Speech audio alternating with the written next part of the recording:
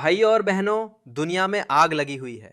America China trade war escalate हो रहा है, मिडिल ईस्ट में मिसाइल्स उड़ रहे हैं और इंडिया पाकिस्तान बॉर्डर पर फिर से टेंशन बढ़ गया है। और इन सब का सीधा असर आपकी सेविंग्स पर पड़ रहा है। सेंसेक्स 3,000 पॉइंट्स गिरा, क्रूड ऑयल आसमान छू रहा है और रुपी अपने ऑल टाइम लो के करीब पहुंच गया। Let's decode this mess. पहले समझते हैं अमेरिका चाइना का नया चैप्टर। ट्रंप एडमिनिस्ट्रेशन ने चाइनीज़ गुड्स पर 60% टैरिफ लगा दिया और चाइना ने रिटेलिएट करते हुए अमेरिकन सेमीकंडक्टर्स और एग्रीकल्चरल प्रोडक्ट्स पर बैन लगा दिया। रिजल्ट, एप्पल, टेस्ला, एनवीडिया, सब कंपनीज जिनका चाइना में प्रोडक्शन है, उनके स्टॉक्स 15 to 20% क्रैश हो गए। और भाई, ये कंपनीज तो ग्लोबली लिस्टेड है, मतलब इंडियन इन्वेस्टर्स जिन्होंने यूएस स्टॉक्स में पैसा लगाया था वो भी डूब रहे हैं। म्यूचुअल फंड्स जो इंटरनेशनल एक्सपोजर देते हैं, नैस्डैक, S&P 500, सब में रेड ही रेड दिख रहा है। अब आते हैं मिडिल ईस्ट पे। सैटरडे को अमेरिका और इजराइल ने ईरान पर कोऑर्डिनेटेड स्ट्राइक्स किए। ईरान के सुप्रीम लीडर आयतुल्ला खमेनी की मौत हो गई।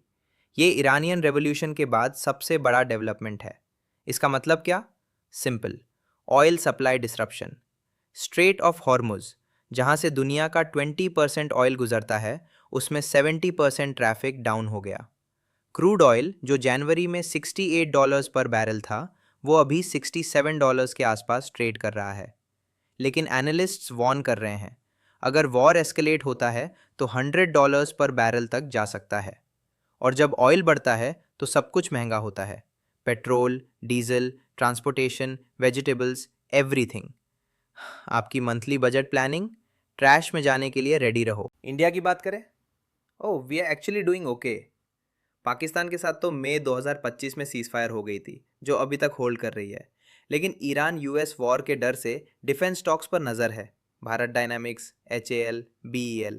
हालांकि बजट 2026 के बाद ये स्टॉक्स एक्चुअली गिरे थे 3 to 6% तक। और FII की बात, फरवरी में एक्चुअली इन्फ्लोज आए $2.14 बिलियन आफ्टर महीनों की सेलिंग। लेकिन लास्ट वीक फिर 4,630 करोड़ बेचा गया, क्योंकि जब ग्लोबल अनसर्टेनिटी होती है तो फॉरेन मनी इमर्जिंग मार्केट से आता जाता रहता है। एंड गेस व्हाट, हम भी उसी कैटेगरी में आते हैं। अब सवाल है गोल्ड और बिटकॉइन। गोल्ड तो हमने पहले ही देखा, 1,61,000 रुपीज़ पर 10 ग्राम्स। सेफ हेवन एसेट है तो ऑब्वियसली लोग भाग रहे हैं गोल्ड की तरफ। लेकिन बिटकॉइन, कंप्लीटली ऑपोजिट स्टोरी। $63,000 से गिरकर अब 58,000 के आसपास है। क्रिप्टो ब्रोज कह रहे थे bitcoin is digital gold, store of value है। लेकिन ग्राउंड रियलिटी, जब पैनिक होता है लोग रियल गोल्ड खरीदते हैं, ना कि कंप्यूटर कोड। दादी का गोल्ड वर्सेस क्रिप्टो ब्रो का बिटकॉइन, विनर क्लियर है। चलो प्रैक्टिकल स्ट्रेटजी बताते हैं क्या करना चाहिए। नंबर 1, पैनिक सेलिंग मत करो। हिस्ट्री देखो, एवरी जियोपॉलिटिकल क्राइसिस के बाद मार्केट्स रिकवर करते हैं। Russia Ukraine war, Covid, 2008 financial crisis, सब टेम्पररी थे। नंबर 2, अगर कैश है तो स्टैगर्ड बाइंग करो। हर महीने थोड़ा थोड़ा इन्वेस्ट करो SIP के थ्रू, ना कि एक साथ lump sum. Number 3, portfolio diversification check करो।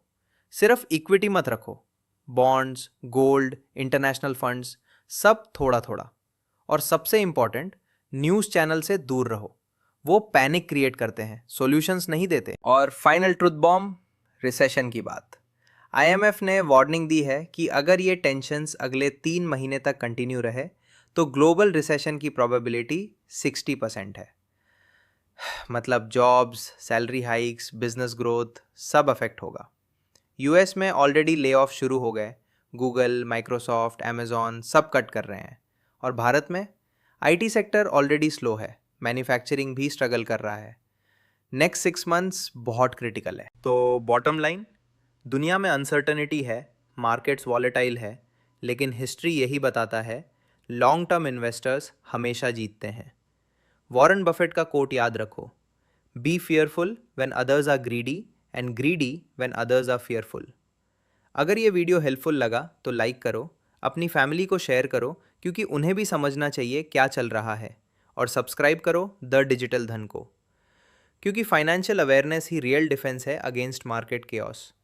मिलते हैं नेक्स्ट वीडियो में। जय हिंद।